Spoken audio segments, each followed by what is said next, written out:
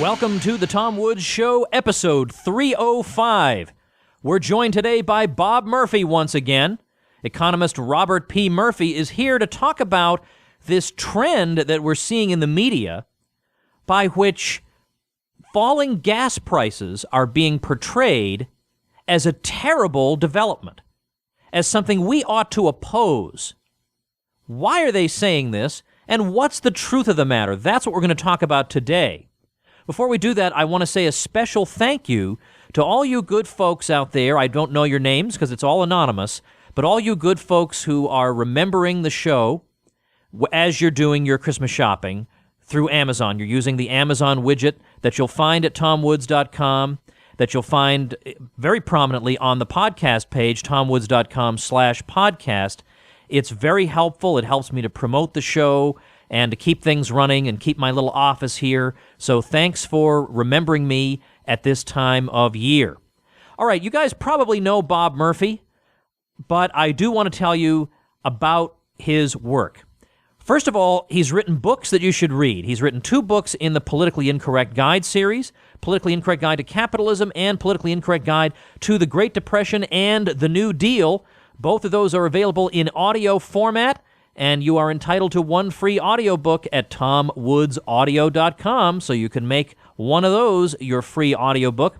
He's also written free study guides to the major Austrian treatises, The Theory of Money and Credit by Mises, Human Action by Mises, and Man, Economy, and State by Rothbard. I've got links to those free study guides, as well as Bob's free textbook in economics, Lessons for the Young Economist, all kinds of free goodies on the show notes page for this episode, which will be tomwoods.com/305. Bob holds a PhD in economics from New York University, and he blogs at his free advice blog. You can find free advice at consultingbyrpm.com. Bob's blog, all his contact information, although he doesn't have time to answer you, but in terms of social media where you can at least follow him, is available at tomwoods.com/305. Bob, welcome to the show.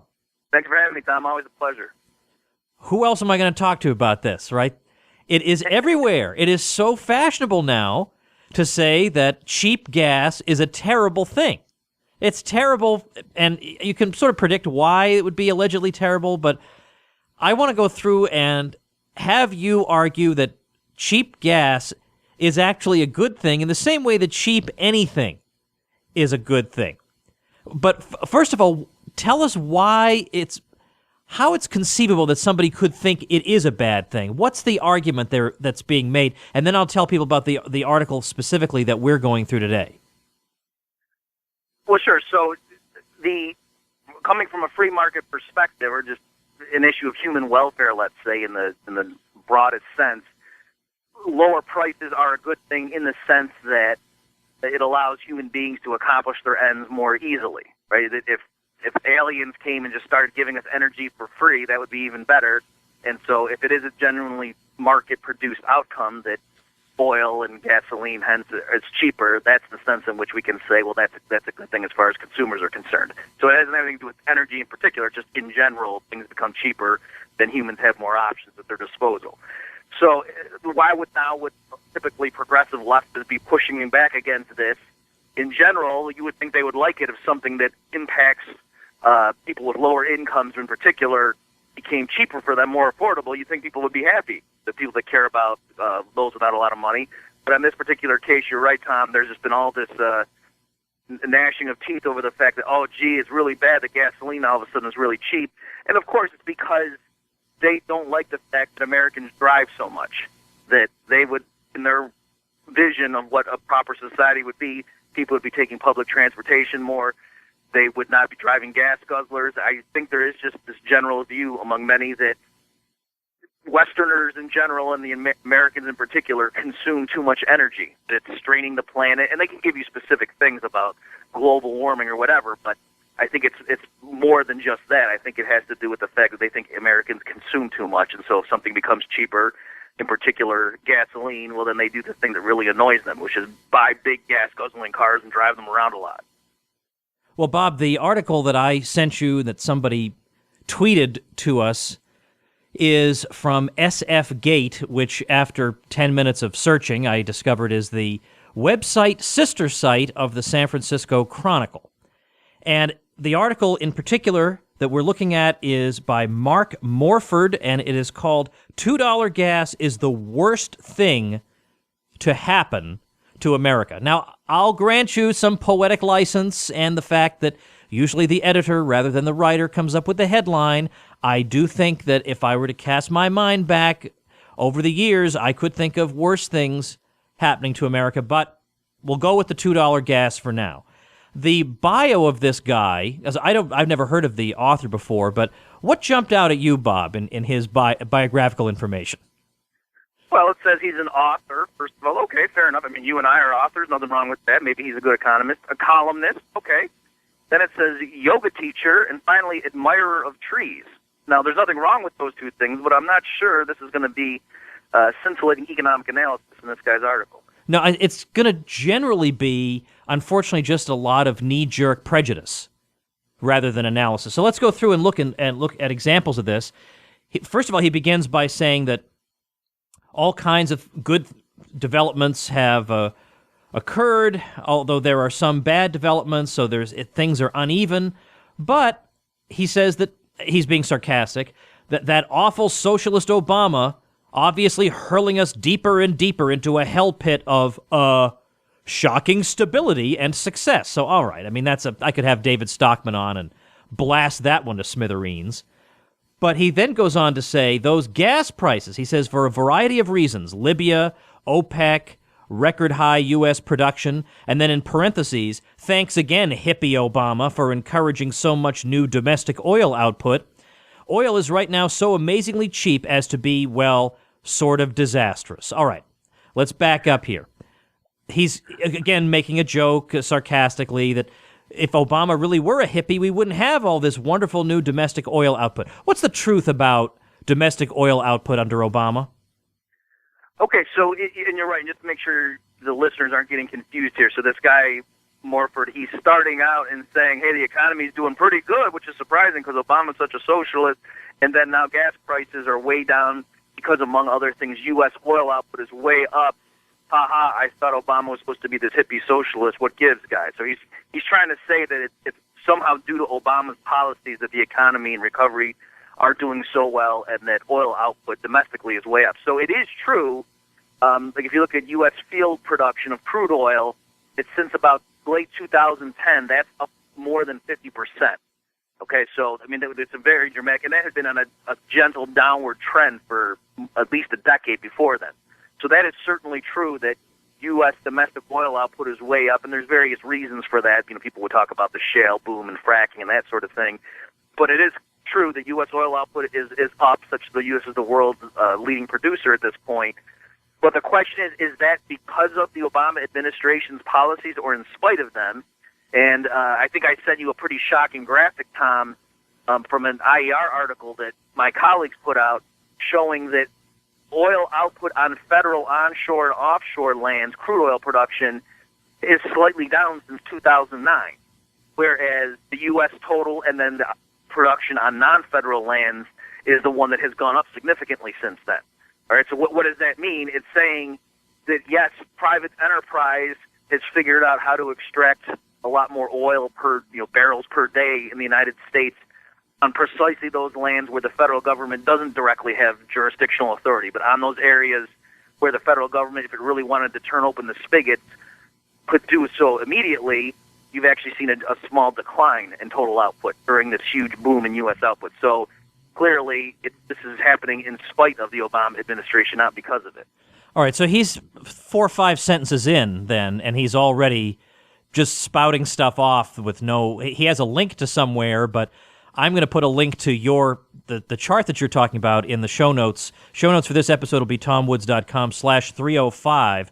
We'll have a bunch of useful links there to navigate you through this thing, including a link to the offending article itself. Now, in the next paragraph, he says, let's just say it outright. There is nothing good about cheap gas in America. He says all the wrong corporations ultimately benefit. Big oil, and he says in parentheses, shares dip, but influence surges. Let's pause there for a minute, because apparently big oil just can't win.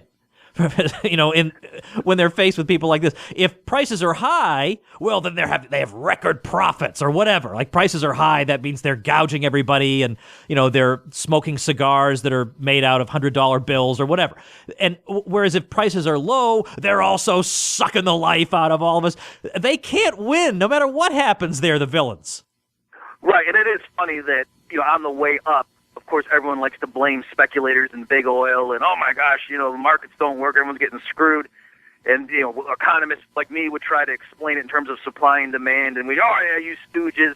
And then when prices drop like $40 a barrel in just a few months, and then we can explain in terms of supply and demand, all of a sudden nobody cares about that anymore. No one's blaming big oil for pushing prices, and no one's blaming those evil short sellers for interfering with financial markets and commodity markets. Now all of a sudden it's, well, maybe I guess we're being consistent. This guy complains both ways, so I guess, there is some consistency there.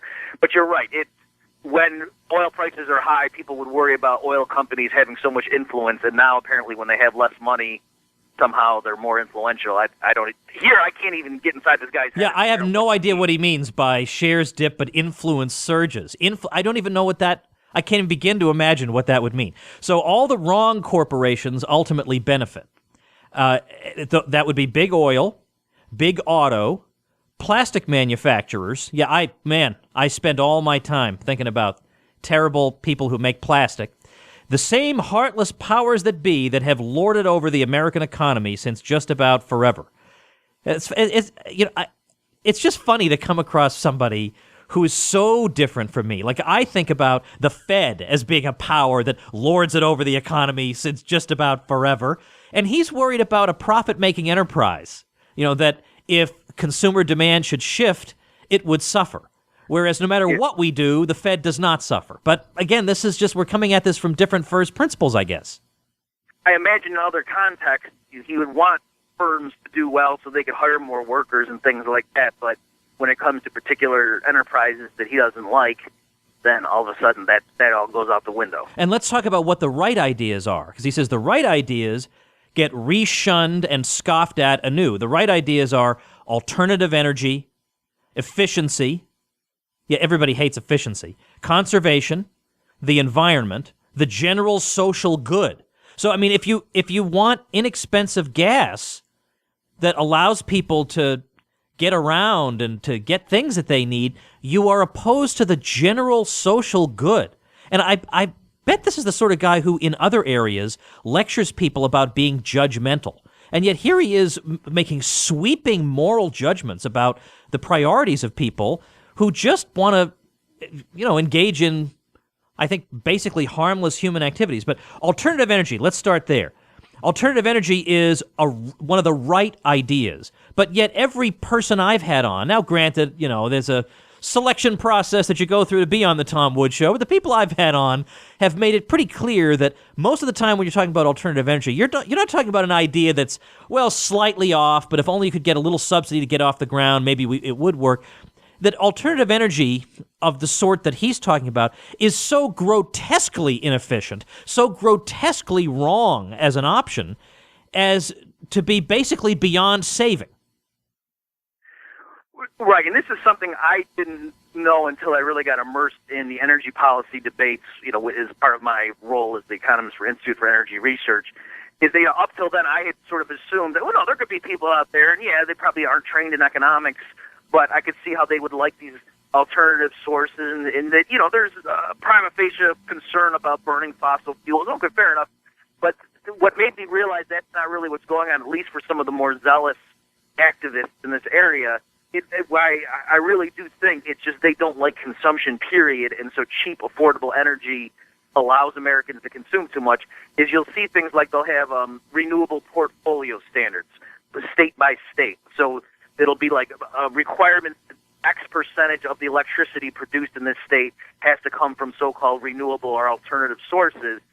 And what I saw is that in states where they actually could get some of their power from hydro, just, because they were near a waterfall or some river or something like that, there, all of a sudden, that didn't count, right? It was only in areas where you really couldn't get much from hydro that hydro counted, all right? And certainly in these places, they don't want to include nuclear power, even though that's zero emissions, all right? And so That's what I'm saying is that I think it is what they really mean by alternative is unprofitable. Like Yeah. in practice, if you try to nail them down and say, wait a minute, why in this context did they not include hydro? Why did they include it over here? You know, the one common element in all of this is if something were viable in the market without being supported by government mandates or subsidies, they would be against it. I'm going to make sure in the show notes at tomwoods.com/305, I'm going to link to a couple of previous episodes. One of them will be my talk with Alex Epstein, author of The Moral Case for Fossil Fuels. Love to hear his thoughts on this, incidentally. But then secondly, I want to link to the episode I did on Denmark, because last year there was this thing in major press around the world that Denmark was the world's happiest country. And they said, and Denmark also has a substantial welfare state. Therefore, why do you think these people are happy, Bob? Well, likewise, this guy says, look, the fact is, a lot of other countries have much more expensive gas than we do. $6 a gallon in Japan. Norway pays more than $10 a gallon, and they're one of the happiest nations on earth. So we're going to take on that happiness research. I'll put that in the show notes here, too. But he's saying, look at the positive direction we were heading in when gas was more expensive. Then we were interested in more efficient cars. We weren't as interested in producing gas guzzlers, but now people want the gas guzzlers again. The automobile manufacturers are accommodating them, and this is a terrible thing. Now, Bob, doesn't that seem in the abstract that maybe in the abstract it might be a good thing to move beyond gas guzzlers, or is it not? I mean, how do we make sense of all that? Well, again, just to clarify for people who may be getting lost here, the argument in this article is saying, you know, oh, geez, he's lamenting that gas now is so cheap because with high gas prices, that was pushing consumers to switch to the type of vehicle that this guy wishes everybody were driving, like the dinky little cars people in Europe drive, not the big SUVs that Americans drive, rah, rah, rah. And so, first of all, let me just note, Tom, that I love it when it comes to this one issue. This is the one area where progressive leftists think that people respond to incentives, right? Anywhere else, you know, you talk about, oh, you could have a top marginal income tax rate of 90%, and that wouldn't affect the willingness of rich people to work whatsoever. I mean, we can look at the 1950s and 60s, and so this is the one area when it comes to environmental issues where, for some reason, having a high price, people think induces all sorts of behavioral responses among the public. Anywhere else, they think the government tax policy doesn't do anything like that. So it is refreshing to at least see that in this area. But it's, again, what people should do is respond to the correct market price. So if gasoline really is going to be $5 a gallon for whatever reason, and that's the market price, well then, yes, consumers would respond to that, and they would begin to get more fuel-efficient cars and so on. People that really cared about that or were really conscious, people would carpool more and so forth. But the point is, if the price of crude falls, then people should respond to that information as well. So it's not that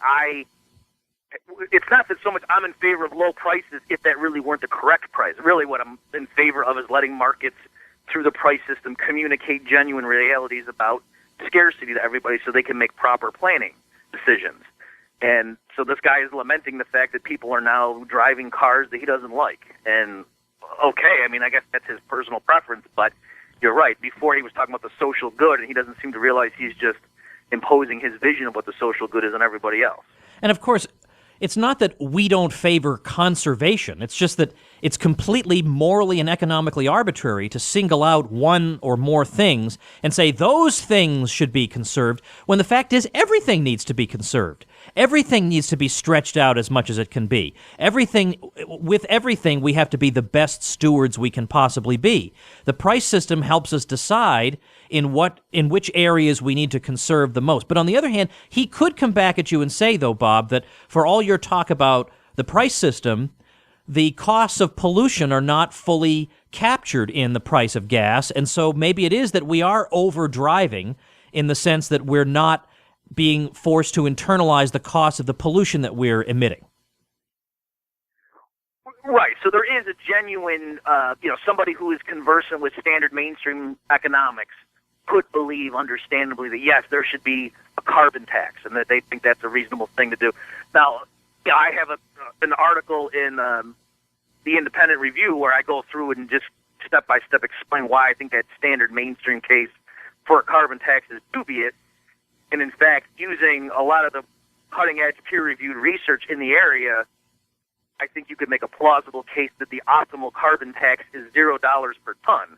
All right. So, but again, if somebody were just making a generic argument about that, that would be fine. But the thing is here, the fall in gasoline prices really shouldn't matter then. You see what I'm saying? Like, if you thought there was this negative externality from carbon dioxide emissions, then on the margin, if you thought that before whatever gasoline was a year ago, that you thought there should be an X dollar ton, surtax on carbon emissions, and that would translate into such and such cents per gallon of gas. Well, on the margin, that recommendation wouldn't change too much if gasoline all of a sudden got cheaper. You see what I'm saying? Like, it's still, the externality is the externality, and you should just augment whatever the market price is by that margin. But this guy doesn't seem to think that at all. He thinks it's like an absolute shame now that people are going to be driving so much more. And so it seems like he's not really, being consistent. If we did want to, for the benefit of the doubt, give him that out of saying, oh, he's really just talking about a negative externality that the market price system isn't correctly accounting for. Well, likewise, he says that communities benefit too when gas prices are high, because then you're stuck, shopping in whatever, lousy location you're stuck in, and you have no choice, and now it's easier for local merchants to rip you off, and he calls that community. But I call that a curtailment of my choices. And in the old days, I may have said this on an earlier episode, but in the old days when I was more on the conservative side than the libertarian side, I thought it was in a way kind of cool that Russell Kirk, the old traditionalist, said, he never himself drove around. He had people drive him around on the highways and stuff. And he called the car a mechanical Jacobin because it uproots you from your traditional locale. But, some locales you need to be uprooted from. You want to get out of there. But so, in other words, now people have fewer opportunities to get out. And his response is, this is great for community. Yeah, it's great for a place that you're trapped in, but it's not great for an individual. In other words, individuals initially wanted to do certain things that they considered to be liberating. And instead, they're now stuck in a rut that they don't want to be in, but this is supposed to be freedom now. Right. And again, we shouldn't fall into the trap of confusing freedom for endorsing the particular value judgments of everybody in the free society. No, of course not. So it is true. I mean, I understand people who say, when Walmart comes in and puts all the mom and pop shops out of business, I kind of don't like it. And that's fine. And people who say, hey, buy local, and as long as it's voluntary and the people don't seem like they're really going over the top and not being hypocrites about it, okay, fine. I'm not going to get too bent on his shape. Right, yeah, absolutely. But you're right. When he's lamenting that cheaper gasoline now is going to allow people to do things that they would prefer to do, which he wishes they didn't, I mean, that's kind of obnoxious. All right, he says, continuing along, California alone is on track to hit 50 million residents by 2049, which means millions more cars and a massive strain on the already congested highway system. High-speed rail might help if it ever gets built, but will do exactly zero to alleviate regional travel. Do you have any comments on this?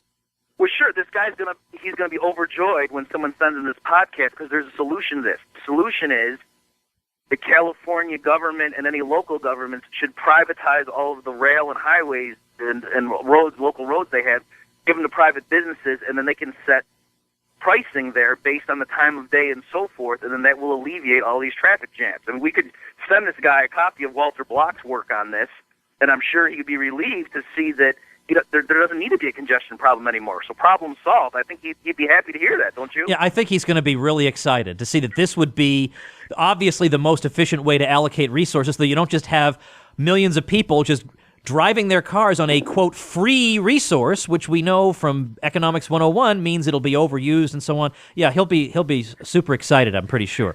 So he wants to... If we could be less sarcastic about it, sorry. To make sure, in case you do have a few readers or listeners who don't get what we're saying here, when there's a traffic jam, what does that mean? Well, among other ways to describe it, there is a shortage of the resource in question. More people are trying to use the road at that time of day than there is road to go around, okay? And so just as in any other market, what does that mean? It means the price is too low. And so if you had, for example, in major cities where they do have tolls, the point is they don't charge enough. They don't have enough congestion pricing. And so if they just charged higher tolls, that would smooth it out. But the thing is that to really make it efficient and to serve the public, you need to privatize it so that entrepreneurs would come in and realize, oh, geez, maybe we need to build another double-decker highway here or something, and give them the freedom to do that. And so you don't have this absurd situation where every day you've got thousands upon thousands of people sitting in bumper-to-bumper traffic going to work and then going home again. If you want to get rid of unnecessary carbon dioxide emissions, that's an obvious no-brainer thing to do. All right, let's look here where he says that another good thing caused by high gas prices is that it encourages car companies to want to produce more fuel-efficient cars because the consumer is concerned about the high, price of gas and would like to have a car that doesn't have to fill up as much, so he won't have to pay as much for gas, won't have to buy as much gas. Well, that seems like a good thing, and that would be encouraged under a high gas price regime. So is this not something we should be cheering?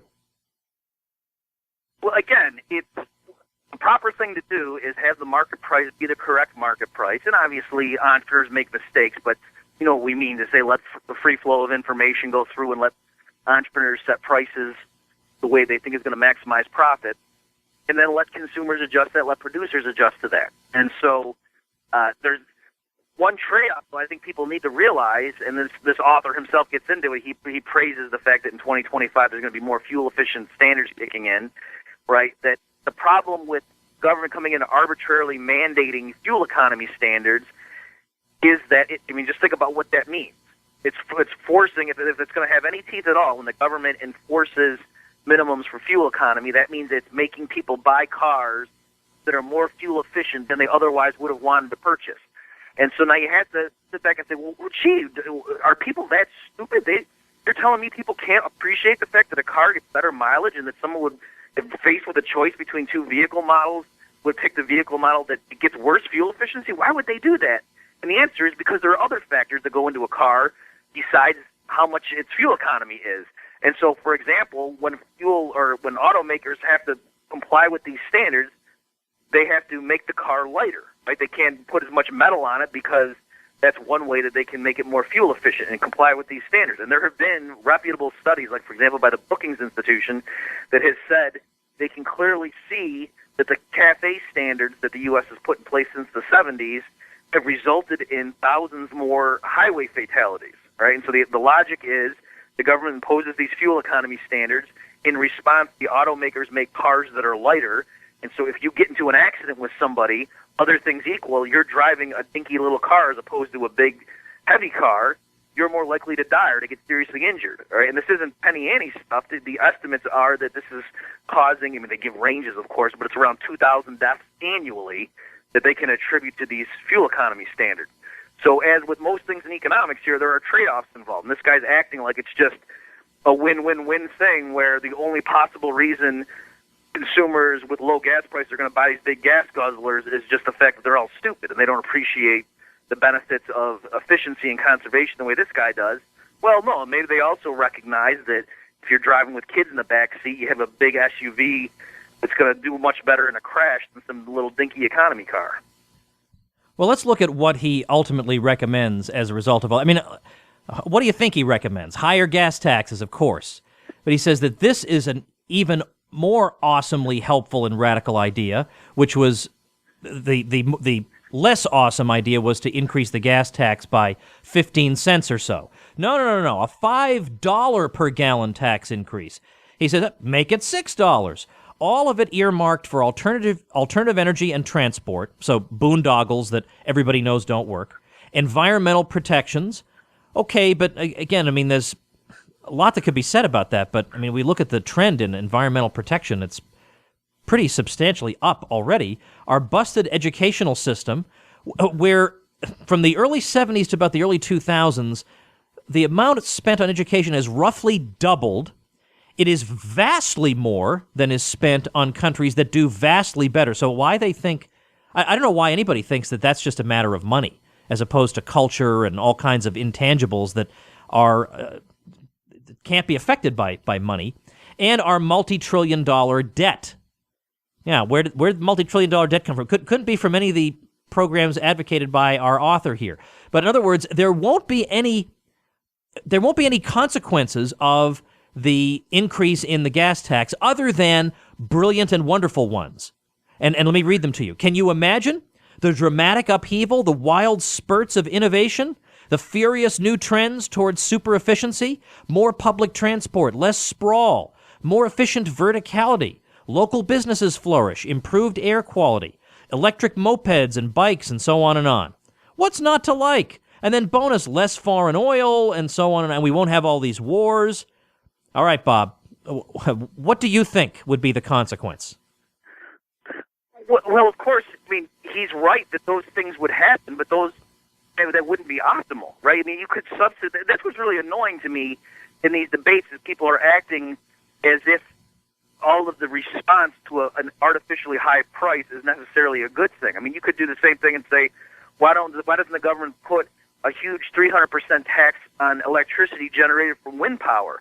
And imagine the innovation that would induce among the wind producers. They'd have to get a lot more efficient, so wouldn't that be a good thing? Or maybe we should put a tax on every time Saturday Night Live criticizes a Republican, maybe they should pay $1,000 to the government. And that'll be a good thing, because now their jokes will be really, really funny, because they're only going to do them once in a while. So they'll really be good jokes. With liberal, progressive bloggers being in favor of that sort of thing, and they would. And so it's the same thing here. Yes, it is true. If you slap a $5 or $6 a gallon tax on gasoline, that's going to make consumers really more conscious about how much they spend on that. They're going to do all sorts of other things, but that doesn't make them better off. It takes away their option in responding to it. And in any other area, a progressive leftist would get this. If the government came along and slapped a huge tax on food, I think people would get how that might hurt poor people, right? But yet you wouldn't say, oh, look at the innovation. Now mothers would come up with clever ways to feed their kids with less food. And instead of having 3 meals a day, they'd only have 2. Wouldn't that be great? Think of how much they'd bring families together because their stomachs are growling and they'd commiserate with each other. Well, in effect, that is in effect what he's saying, because there's a paragraph in here in which he says, look, I'll admit that when oil prices peaked in 2008, it was no fun adapting and changing our habits, but we did it. We changed our wasteful behaviors. We pay more attention to how we quite literally move through the world. We get less lazy and more creative. Yeah, because I think of that. I think of a single mom, who's trying to balance 2-3 jobs and being a mother. I think of her as basically lazy because she drives to work, and she really needed a more creative way to do this. Ride a bike, walk, exhaust herself further. I mean, thank goodness she's got creativity, whereas before she must have been so bored being in that rut she was in. I'm sorry, Bob. It's the end of the year, right? I can't be. I need you to be the good cop, and I'll be the sourpuss jerk. I'm out of energy. I can't pretend to be nice anymore. The last few days of the year. Well, right. I mean, and this wasn't our fault. Someone tweeted this at us, and we just had no choice but to do a whole show on this guy's article. Right, that's right. But it is true. I mean, so yes, there are, like I say, I don't want to paint with a broad brush. There are people that could come up with perfectly plausible, even though I would think they were mistaken, reasons for thinking that the market doesn't correctly price the stuff. But I mean, his line is such a giveaway where he says, make it a $5 per gallon tax increase, and then he says, hell, make it $6. And so, I mean, that's just showing you, like, this isn't some careful quantitative analysis. He's just throwing stuff at the wall because he doesn't like Americans using so much oil. And so he says, well, how do you get them to use less of it? We'll tax it. So, again, this is the one area where they do seem to realize that cause and effect relationship works. And so you would think, hopefully, by consistency, next time someone wants to raise taxes on income, the people will say, oh, maybe that means people will generate less income in response. But I think they'll say that no, incentives don't matter in that realm. Well, Bob, I appreciate your time going through this with us. I want to urge people to check out the show notes page, tomwoods.com/305. You can get a link to this article. You can get a link to that chart that we mentioned. I've got links to Bob's books and his blog, because you got to be following Bob regularly. We got all that stuff up there. Lots of fun stuff over at tomwoods.com/305. Thanks, Bob. We'll have you again soon. Thanks for having me, Tom. All right, everybody, if this show is benefiting you, then consider becoming a supporting listener, because you'll get access to the Tom Woods bag of goodies. And one of the many goodies you will find in there is my new book, Real Dissent, A Libertarian Sets Fire to the Index Card of Allowable Opinion. You get the Kindle edition of that as one of the many benefits to supporting this show. Many, many benefits. My homeschool courses for the Ron Paul program are among the benefits. The transcripts for all the interviews, all kinds of discounts for you guys on things that you and I like to buy, All kinds of great stuff is over there at supportinglisteners.com. And finally, you guys who are listeners of this show can still get Black Friday pricing for gift subscriptions to libertyclassroom.com, the perfect gift for that Liberty lover on your list. But it's a secret. It's just for you guys. So to get that special gift pricing, you got to go to libertyclassroom.com/secret. Thanks once again for listening, everybody. We'll see you tomorrow. The Tom Woods Show.